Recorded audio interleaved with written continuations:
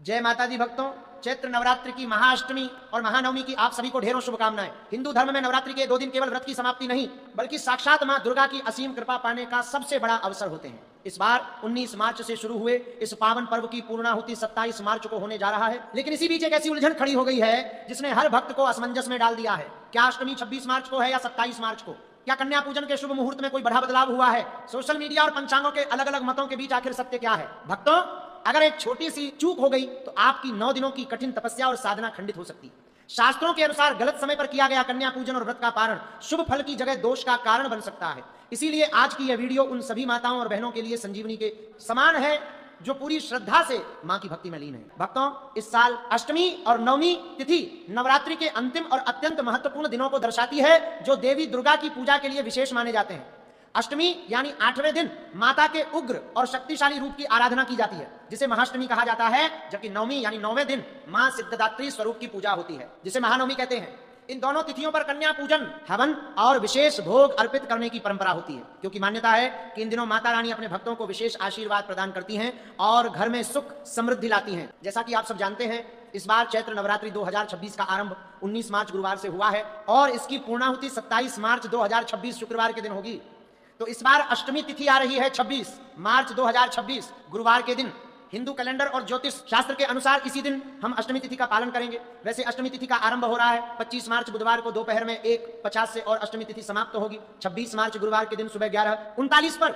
लेकिन अगर उदय तिथि यानी सूर्योदय के अनुसार देखा जाए तो अष्टमी तिथि हमें प्रातः काल में सूर्योदय के समय 26 मार्च को ही प्राप्त हो रही है और इसीलिए वैदिक पंचांग के अनुसार इस बार चैत्र नवरात्रि पर अष्टमी तिथि का पालन किया जाएगा 26 मार्च 2026 गुरुवार के दिन। वही नवमी तिथि वैसे तो आरंभ हो रही है 26 मार्च गुरुवार को प्रातः 11:48 से और समाप्त हो रही है 27 मार्च शुक्रवार सुबह 10:06 पर। लेकिन सूर्योदय के समय में यह नवमी तिथि हमें सिर्फ 27 मार्च को ही प्राप्त हो रही है और इसीलिए इस बार महानवमी यानी कि नवमी तिथि का पालन किया जाएगा 27 मार्च 2026 शुक्रवार के दिन। इस बार एक और विशेष और दुर्लभ संयोग भी बन रहा है। 26 मार्च गुरुवार को दुर्गा अष्टमी, संधि पूजा, अन्नपूर्णा अष्टमी और रामनवमी चारों एक ही दिन पड़ रही हैं और वह इसलिए हो रहा है क्योंकि 26 मार्च को सुबह अष्टमी तिथि व्याप्त है और उसी दिन दोपहर में नवमी तिथि आरंभ हो रही है। इसलिए संधि पूजा का समय हमें प्राप्त हो रहा है सुबह 11:15 से लेकर 12:03 के बीच में। यह वह 48 मिनट की अवधि है जब अष्टमी तिथि समाप्त हो रही है और नवमी तिथि आरंभ हो रही है। इस संधिकाल में मां चामुंडा ने चण और मुंड नामक दैत्यों का वध किया था और इसीलिए इस समय में उनकी विशेष पूजा की जाती है। चलिए अब बात करते हैं कन्या पूजन के शुभ मुहूर्त की। तो कई भक्तों के घरों में अष्टमी के दिन कन्या पूजन किया जाता है और कुछ भक्तों के वहां पर नवमी के दिन कन्या पूजन किया जाता है। तो आप अपनी स्थानीय परंपरा अनुसार अष्टमी या नवमी किसी भी दिन कन्या पूजन कर सकते हैं। वैसे तो आप पूरे दिन में कन्या पूजन कर सकते हैं, लेकिन कन्या पूजन के लिए सबसे शुभ मुहूर्त सुबह का बताया जाता है। तो देखते हैं 26 मार्च अष्टमी के दिन कन्या पूजन का शुभ मुहूर्त क्या रहेगा। सबसे पहला तो ब्रह्म मुहूर्त का समय है सुबह 4:30 से लेकर 5:18 के बीच में। अगर इस समय में नहीं कर सकते तो दूसरा मुहूर्त है प्रातःकालीन पूजा का समय, वो मिलेगा सुबह 4:45 से लेकर 6:05 के बीच में। उसके बाद अभिजीत मुहूर्त हमें प्राप्त हो रहा है दोपहर में 11:58 से लेकर 12:48 के बीच में। कन्या पूजन के लिए यह भी एक सबसे अच्छा शुभ मुहूर्त माना जाता है। उसके अलावा अष्टमी के दिन एक और शुभ मुहूर्त कन्या पूजन के लिए हमें प्राप्त हो रहा है और वह है सुबह 8:50 से लेकर 10:40 के बीच में। इस समय में भी कन्या पूजन किया जा सकता है। अब अगर आप नवमी तिथि के दिन कन्या पूजन कर रहे हैं तो उसके शुभ मुहूर्त इस प्रकार रहेंगे। सबसे पहला ब्रह्म मुहूर्त का समय रहेगा सुबह 4:28 से लेकर 5:17 तक का। उसके बाद प्रातःकालीन पूजा का शुभ समय मिलेगा सुबह 4:44 से लेकर 6:04 तक का। उसके बाद सुबह 10:06 से लेकर 10:42 के बीच में भी अच्छा शुभ संयोग है और अभिजीत मुहूर्त का समय है दोपहर में 11:58 से लेकर 12:48 तक का। उसके बाद दोपहर में 12:55 से लेकर 3:17 तक का भी एक शुभ मुहूर्त प्राप्त हो रहा है। तो इस प्रकार आप अपनी अनुकूलता और पारिवारिक स्थिति और परंपरा के अनुसार इन दोनों में से किसी भी दिन कन्या पूजन कर सकते हैं। लेकिन एक बात का विशेष ध्यान रखें, प्रयास करें कि इन दोनों ही दिनों में राहुकाल के दौरान कोई भी पूजा अर्चना, कन्या पूजन या फिर हवन का आरंभ न किया जाए। भक्तों, ज्योतिष शास्त्र के अनुसार दिन में लगभग 90 मिनट की यह अवधि राहु ग्रह के प्रभाव में रहती है जिसमें कोई भी शुभ कार्य वर्जित माना गया है। तो इसलिए 26 मार्च गुरुवार के दिन राहु काल का अनुमानित समय रहेगा दोपहर में 1:30 से लेकर 3 बजे तक और 27 मार्च शुक्रवार को नवमी वाले दिन राहु का समय रहेगा सुबह 10:30 से लेकर 12 बजे तक। तो इस समय के अंदर में कोई भी शुभ या मांगलिक कार्य न करें। चलिए अब बात करते हैं कन्या पूजन की विधि क्या रहेगी। तो शास्त्रों के अनुसार 2 वर्ष से लेकर 10 वर्ष की 9 कन्याओं की पूजा करनी चाहिए। अगर 9 कन्याएं उपलब्ध नहीं है तो 1, 3, 5 या फिर 7 कन्याओं की पूजा भी की जा सकती है। कुल संख्या विषम रखना शुभ माना जाता है। हमारे ग्रंथों में कहा गया है कि अकेली कन्या को 9 बार पूजने से भी 9 कन्या पूजन का फल मिलता है। कई परंपराओं में एक बालक जिसे बाल भैरव कहते हैं उसे भी भोजन करवाया जाता है। कन्या पूजन के लिए सबसे पहले तो आपको कन्याओं को आमंत्रित करना होगा। आपके घर के आसपास या परिवार में जो 9 कन्याएं हैं जिन्हें आप भोजन करवाना चाहते हैं उन्हें एक दिन पहले ही आमंत्रित करके आए। फिर कन्या पूजन वाले दिन प्रातः काल में जब भी आपके घर पर आती हैं तो सबसे पहले स्वच्छ स्थान पर आसन बिछाएं और उन कन्याओं को आदर पूर्वक उस पर बिठाएं। तत्पश्चात उनके चरण धोएं। चरण धोने के बाद उनके मस्तक पर तिलक लगाएं, उन्हें अक्षत, पुष्प और सौभाग्य चिन्ह अर्पित करें। उसके बाद इन कन्याओं को देवी का साक्षात स्वरूप समझते हुए श्रद्धा पूर्वक उन्हें भोजन करवाएं। भोजन में पूरी, हलवा, काले चने और खीर का विशेष महत्व बताया जाता है। इसका भोग आप देवी दुर्गा को लगाकर उन्हें अर्पित कर सकते हैं प्रसाद रूप में।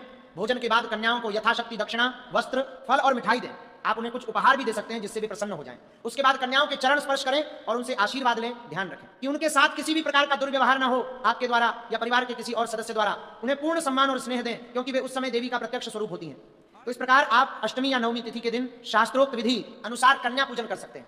अब नवमी पूजन के अंदर हवन भी किया जाता है, तो इसके क्रम को लेकर कई बार प्रश्न आता है कि पहले यज्ञ या हवन करना चाहिए या पहले कन्या पूजन करना चाहिए। तो परंपरागत विधि में कन्या पूजन पहले किया जाता है और हवन बाद में। पूजा की संपूर्ण विधि इस प्रकार होती है। सबसे पहले देवी का आवाहन किया जाता है, उनका पूजन किया जाता है। उसके बाद कन्याओं को भोजन और दक्षिणा दी जाती है, यानी कन्या पूजन किया जाता है। और फिर अंत में पूर्णाहुति के लिए हवन किया जाता है। ऐसा इसलिए है क्योंकि कन्या पूजन स्वयं में देवी की प्रत्यक्ष पूजा है और उन्हें प्रसन्न करने के बाद हवन में आहुति देना शुभ माना गया है। तो इस प्रकार से आप कन्या पूजन और हवन दोनों कर सकते हैं।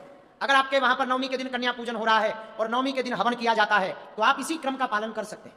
सबसे पहले प्रातः काल में उठकर स्वयं कलश की पूजा विधि और इत्यादि प्रातःकालीन कार्य समाप्त करें, देवी की पूजा करें, उसके बाद कन्या पूजन करें और उसके बाद हवन करें।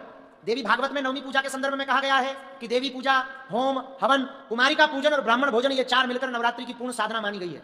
अगर संपूर्ण दुर्गा सप्तशती पाठ के बाद हवन करना संभव नहीं है तो उत्तम है कि निर्वाण मंत्र या देवी सूक्त से भी हवन किया जा सकता है। चैत्र नवरात्रि में एक बहुत महत्वपूर्ण प्रश्न आता है कि अष्टमी और नवमी के दिन देवी दुर्गा को कौन सा भोग लगाना चाहिए। तो अष्टमी के दिन मां महागौरी की पूजा होती है। इस दिन माता को नारियल का भोग अर्पित करना चाहिए।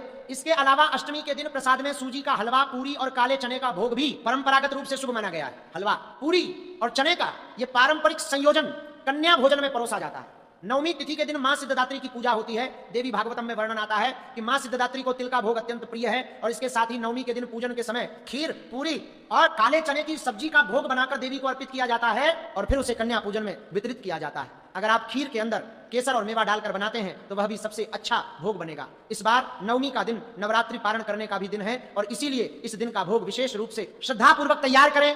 इस बार अष्टमी तिथि पर गुलाबी रंग के वस्त्र धारण करें और नवमी तिथि पर बैंगनी रंग के वस्त्र पहन सकते हैं। चैत्र नवरात्रि का व्रत तभी पूर्ण माना जाता है जब उसका शास्त्रोक्त विधि अनुसार पारण, उद्यापन और कलश विसर्जन किया जाए। तो चलिए बात करते हैं कि नवरात्रि व्रत का पारण कब और कैसे करना चाहिए। तो इस बार नवरात्रि व्रत का पारण 27 मार्च 2026 शुक्रवार के दिन किया जाएगा। वैदिक ग्रंथ के अनुसार नवरात्रि का व्रत प्रतिपदा से नवमी तिथि तक रखना चाहिए और नवमी तिथि जब पूर्ण हो जाए तो उसका पारण कर लेना चाहिए। तो इस बार नवमी तिथि 27 मार्च को सुबह 10:06 पर समाप्त हो रही है और इसीलिए इस समय के बाद इस चैत्र नवरात्रि का पारण किया जाएगा। पारण से पहले देवी को नैवेद्य अर्पित करें, आरती उतारें और फिर स्वयं अन्न जल ग्रहण करें। लेकिन ध्यान रखें उससे पहले अपनी क्षमता अनुसार सुयोग्य ब्राह्मण या वैष्णव को कुछ न कुछ दक्षिणा और दान अवश्य दें। कलश विसर्जन जो होता है वह परंपरागत रूप से नवमी पूजन के बाद या फिर दशमी के दिन सुबह किया जाता है। देवी पुराण में वर्णन आता है कि नवरात्रि के दौरान स्थापित कलश का विसर्जन दशमी तिथि को करना शुभ होता है। आप नवमी या दशमी किसी भी दिन अपनी पारिवारिक परंपरा अनुसार कलश विसर्जन कर सकते हैं, लेकिन इस विसर्जन को करने से पहले देवी दुर्गा से क्षमा प्रार्थना करें।